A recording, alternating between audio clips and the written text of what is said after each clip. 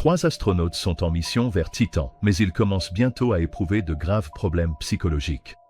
Croyez-moi, la fin de cette histoire va vous épater. L'astronaute John se réveille à bord du vaisseau spatial Odyssey 1. Le vaisseau se dirige vers Titan, la lune de Saturne. Le voyage est long, donc l'équipage doit passer par plusieurs cycles d'hibernation. Ils se réveillent environ une fois tous les 3 mois, puis se rendorment à l'aide de médicaments spéciaux. John prend une douche et rejoint les autres membres de l'équipage, le capitaine Franks et un astronaute nommé Nash. Ils écoutent des messages de la Terre, se tiennent au courant des dernières nouvelles et effectuent des vérifications de routine du matériel. John pense à sa petite amie bien-aimée, Zoé. Elle lui manque terriblement, et il est horrifié de se rendre compte qu'il a oublié son nom de famille. Nash rassure son ami, lui rappelant que les puissants médicaments utilisés pour induire l'hibernation ont de graves effets secondaires.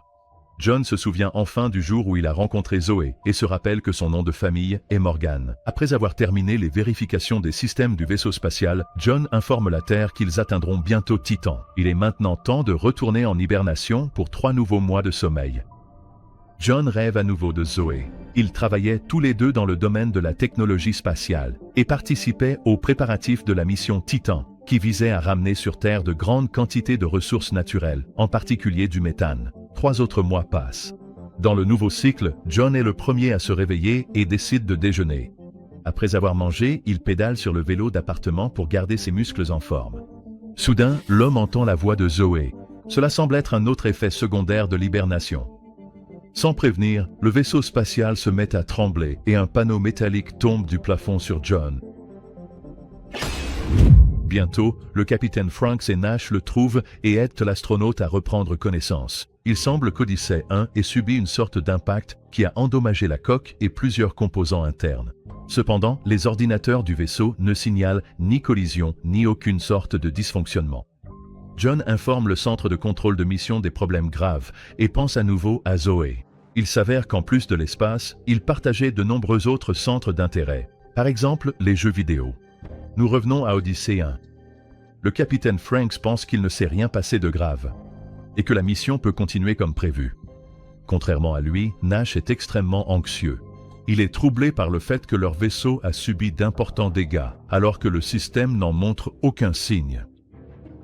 Nash craint qu'Odyssey 1 ne résiste pas à la poussée des moteurs lors de l'atterrissage sur Titan, ce qui signifie qu'ils pourraient tous mourir s'ils poursuivent la mission. Quant à John, il ne pense qu'à Zoé. Il ne se soucie pas de ce qui se passe à bord du vaisseau. Il se rappelle la première fois où il a visité l'appartement de Zoé et comment elle a tout de suite enlevé son pull. Leur histoire d'amour a commencé très vite. Peu de temps après, John a appris qu'il avait été sélectionné comme l'un des candidats pour la mission Titan, et Zoé a suggéré de garder leur relation secrète pour tout le monde. Nash essaie de convaincre John d'organiser une mutinerie contre le capitaine Franks. Il suggère qu'ils reprogramment secrètement leur capsule d'hibernation pour se réveiller 12 heures plus tôt, change la trajectoire du vaisseau spatial et retourne vers la Terre.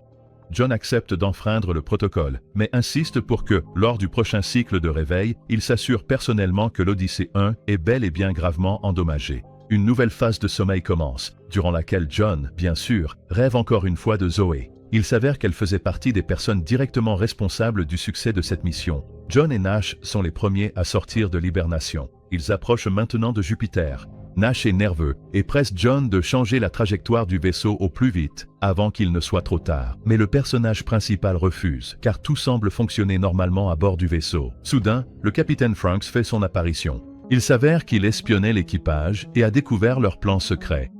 Lui aussi s'est réveillé plus tôt, juste à temps pour les arrêter. John et le capitaine Franks regardent Jupiter ensemble, partagent un verre et décident de poursuivre la mission. Nash commence à sombrer dans la paranoïa. Il est convaincu qu'ils ne doivent en aucun cas aller sur Titan. L'homme est certain qu'ils ne pourront pas rentrer chez eux. Néanmoins, plus personne ne l'écoute. John fait un cauchemar terrifiant. À cause de dommages sur la coque, le vaisseau se décompresse et il est aspiré dans le vide de l'espace. Malgré ces visions terrifiantes, John et le capitaine Franks font une manœuvre spatiale dangereuse. Ils utilisent la gravité de Jupiter pour accélérer vers Titan. Cette manœuvre est connue sous le nom de fronde gravitationnelle. S'ils échouent, ils seront projetés dans l'espace profond à une vitesse incroyable, sans aucun moyen de revenir. Heureusement, les protagonistes réussissent à la manœuvre et approchent de Titan avec succès. Le capitaine Franks est ravi et invite l'équipage à le rejoindre pour un verre de moonshine. John commence à avoir de nouvelles hallucinations. Il est temps d'entrer à nouveau en hibernation. Inutile de préciser que, dans ses rêves, John revoit encore Zoé. Le fait que John parte pour Titan bouleversait profondément la femme, car elle était tombée amoureuse de lui. Mais pour John, cette mission était plus importante que sa vie personnelle. Après un autre réveil, John se sent affreusement mal. Le fantôme de Zoé lui apparaît de nouveau. Et il fait une crise devant le capitaine Franks. Mais il s'avère que Nash se sent encore plus mal.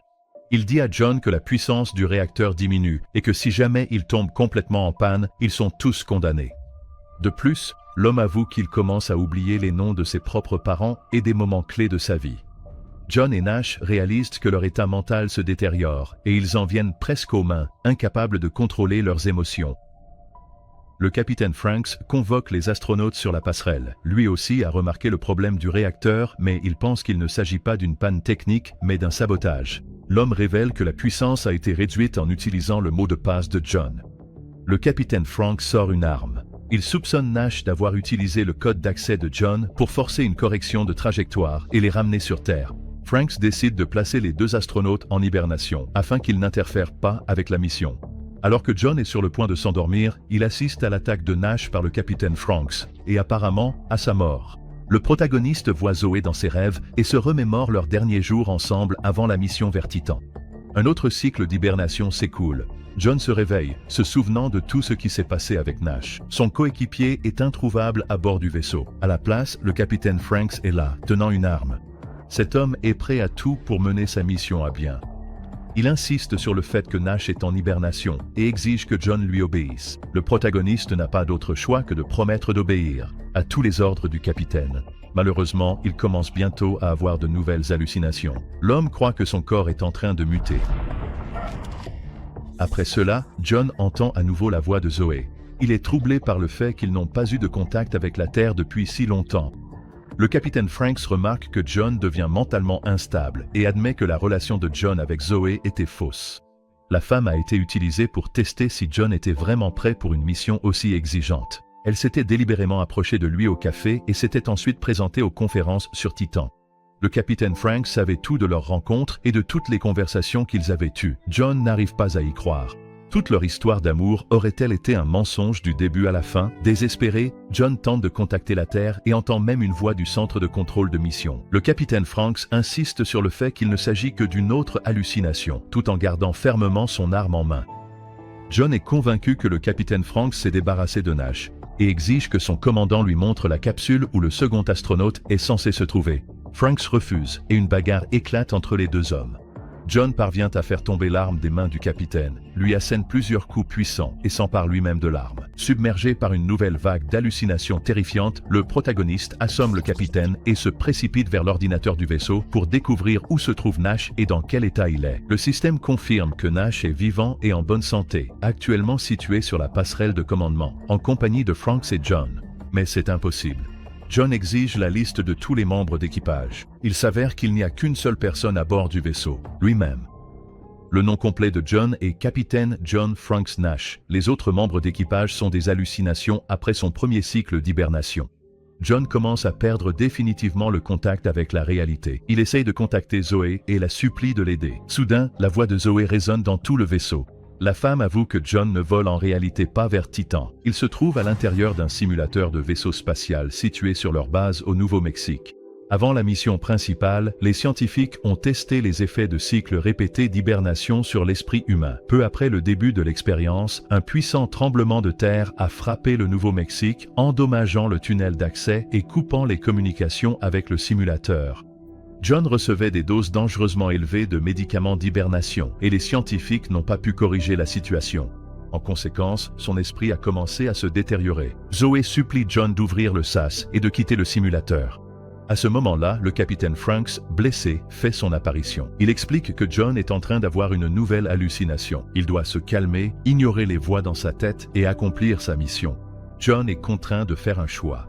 Il se remémore les moments les plus importants de sa vie et décide finalement de faire confiance à Zoé et de sortir par le sas. Au début, il semble qu'il ait pris la bonne décision et qu'il s'apprête à entrer dans un tunnel souterrain et non dans l'espace ouvert. Une lumière rouge d'urgence clignote alors que John grimpe une longue échelle. Soudain, il se rend compte qu'il a commis une erreur fatale. Mais il est trop tard. Il est aspiré à travers le sas directement dans le vide spatial.